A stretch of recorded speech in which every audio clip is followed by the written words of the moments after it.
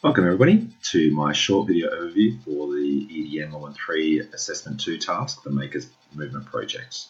Now for this task I've created a blog on exploring food and food safety, and that's because it's quite an important subject, as food nutrition has been identified as an important part of improving overall health, well-being and learning capabilities for school-aged children in Australia. And research has also shown that when these nutrition and food safety programs have been established in schools, they do increase positive eating habits and food safety practices in children while attending school as well. So let's dive straight into the content.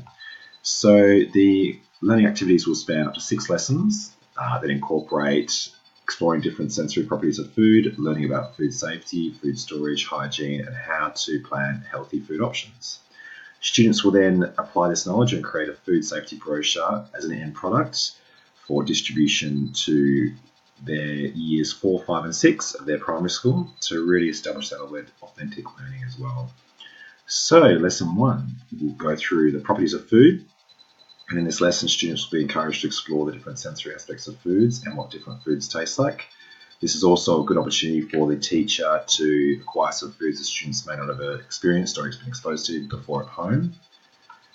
Lesson 2 looks at bacteria and safety, and the students will learn about food safety, hygiene, and how to properly handle food, and look out for the signs of food poisoning as well. Lesson 3 looks at food contamination, and in this lesson students will learn about food contamination and how germs can spoil food. Lesson 4 looks at food labelling and healthy food choices. Lesson 5 is about planning a healthy lunch option using these food safety practices.